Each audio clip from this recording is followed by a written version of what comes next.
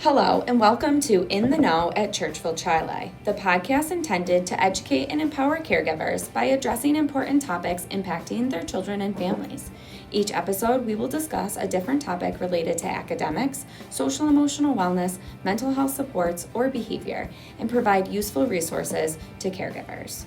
This podcast is brought to you by the Churchville-Chili Flash Network. Hello, and welcome to In the Know at Churchville-Chili. My name is Tracie Swalback. I am the coordinator of social emotional wellness and inclusivity and will be one of a handful of hosts for this podcast as we go along. We hope this new resource will be both helpful and informative to our families and staff. Our In the Know podcast will cover a variety of topics, and each episode will feature a district or local expert sharing resources and information to support the social emotional well-being of our students, staff, and families. Today, we are discussing end-of-the-year stressors for our secondary students with one of our high school counselors, Kelly Kostek. Kelly has been a school counselor for 15 years and has been at Churchville-Chili School District for 7 years. She worked with both the middle school and the high school since she's been here. She graduated from Roberts Wesleyan College and is a proud member of the Churchville-Chili community, with having 2 students who attend Fairbanks Road School.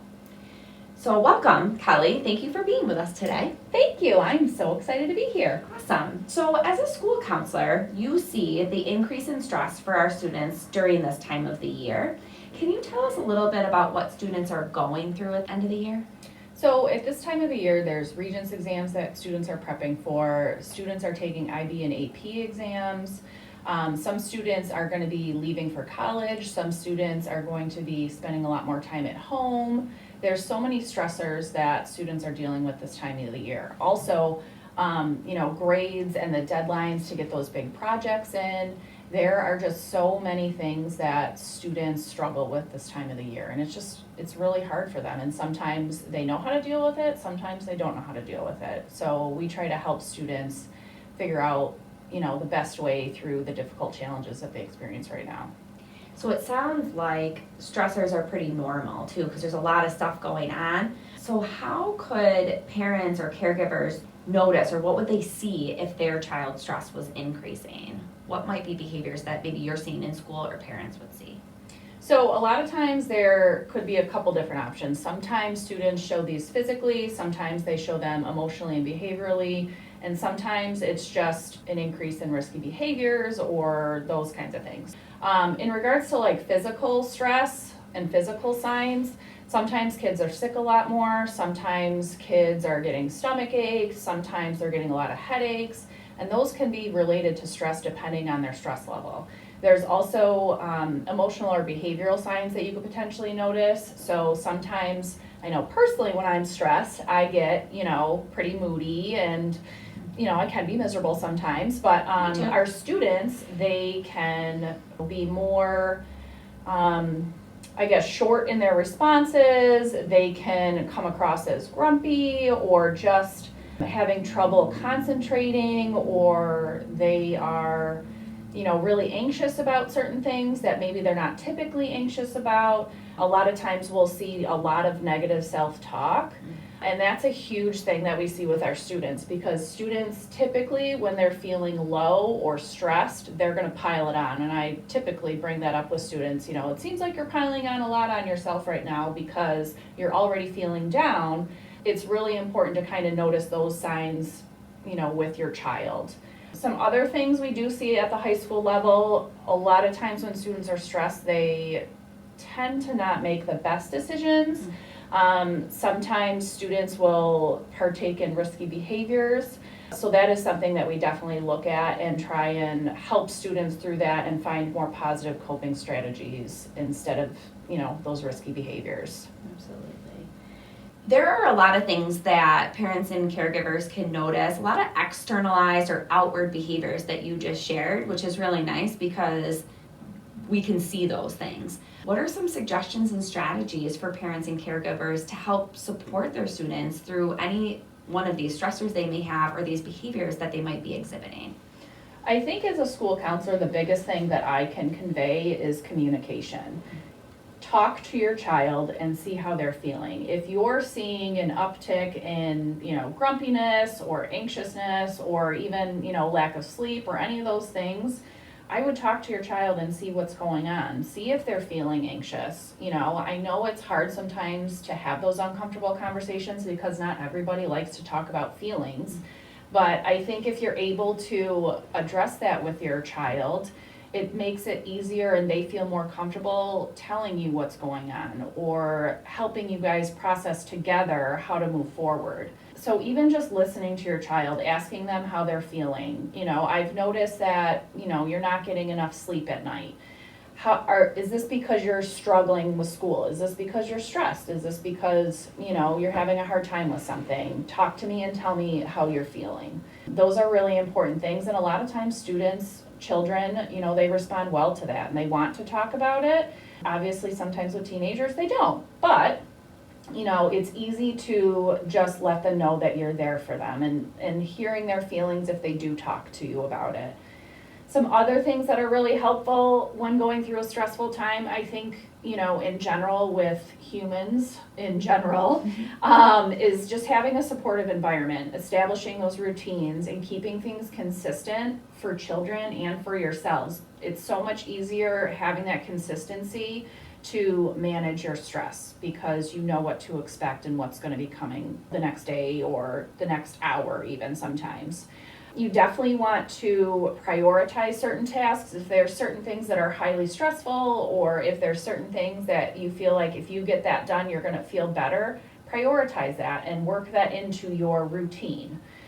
Some other things that would really be helpful, doing some self-care. You know, I know it's really hard sometimes to incorporate that into your day, but self-care is really important. I know with my 2 students that I have at Fairbanks, they really enjoy water. So sometimes if it's Friday and they're both really grumpy because they had a long week, they will take a bath and they love taking baths. I throw in glow sticks, we have music, sometimes we'll do spa days at home, we'll go get pedicures, those kinds of things. So self-care is super important.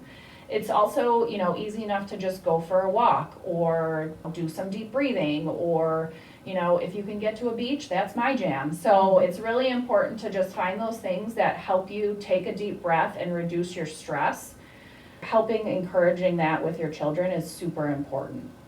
I would say any other things that you know that your child enjoys, try and incorporate those, you know, a little bit, even if it's 10 to 15 minutes each day, or if it's, you know, an hour each week. Whatever you can incorporate into the routine is super helpful, just so that you're able to stay strong and healthy through the challenging times.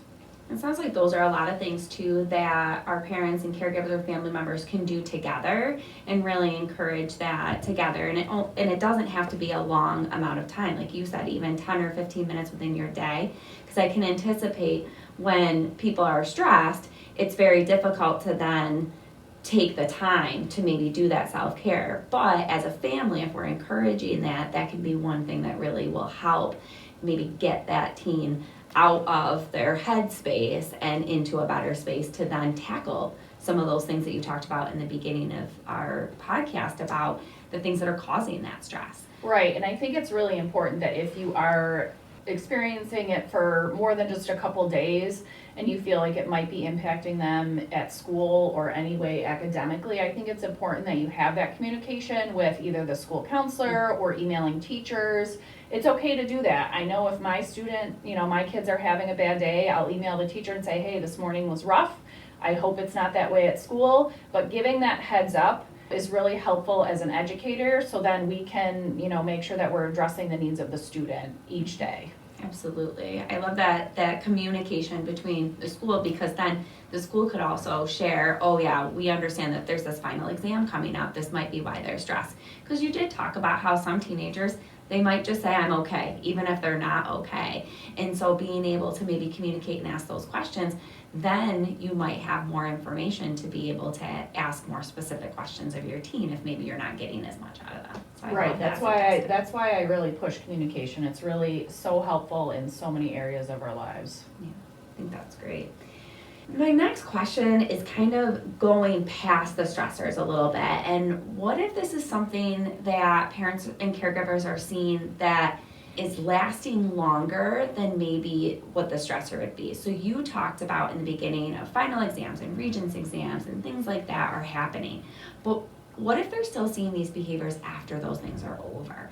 What are some things that parents should be looking for or could do to help support their kid?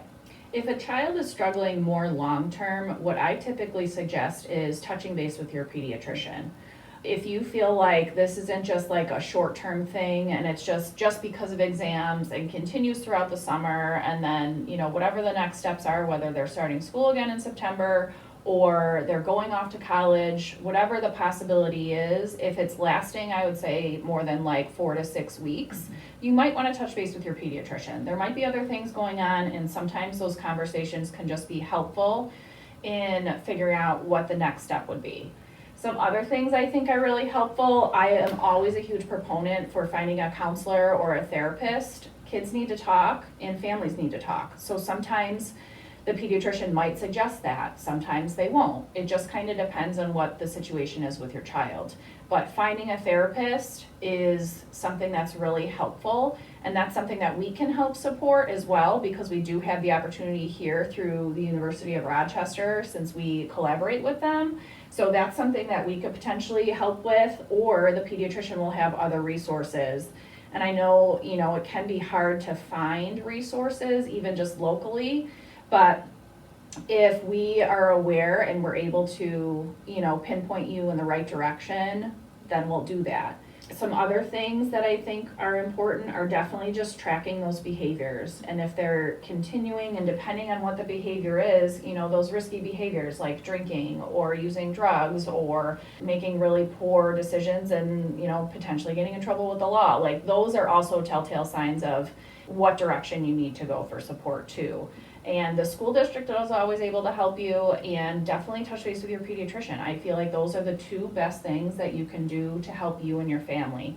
Sometimes, you need some family help, and everybody can get involved to support your child, or if it's multiple children in need, it just kind of depends. I think those are two of the biggest things that you can do to help you and your family. Kind of goes back to that communication of communicating and being open with your pediatrician. Even if it's somebody that you're only seeing once a year, it may be good to up that routine, and if there's some concerns, get in to see that person. But also, like you said, our school counselors, our social workers, we have a lot of people here at school that have resources that the family may not be aware of, that we could be able to kind of help with. So I'm hearing that they're not alone, that they have people that they can reach out to Right. be able to get that support. Right, and we're all here to help, no matter what the situation is and no matter how challenging it is. We are here to support the kids and you all as a family. So it's really important to have that communication when you're going through those challenging times. Well, I really appreciate you being here today. And as we wrap up, are there any final thoughts, any last minute things that you want to share with our families? I would just say, the end of the year stress is real. It's for everybody. With school and, students, teachers, we're all going through a lot this time of year. And I think it's just important to recognize that and definitely have those conversations, because we will get through it together like we always do. And that big piece of stress is normal. I think you've really normalized that. And so stress is normal. And so it doesn't have to be a big scary thing. It's about something that let's tackle that together. But it's a normal part of life. Yes, it's a normal part of life. And I think that it's really important that we try to find the best ways to help our students through that, because they're never going to not have stress. So we want to make sure that that's also something that we're continuing to teach our children as they grow up. Thank you for listening to this episode of In the Know. We hope you found the information helpful. Please visit our district website and wellness hub at www.cccsd.org/inthe-know for more information, resources, and who to contact for additional support. Now, you're in the know.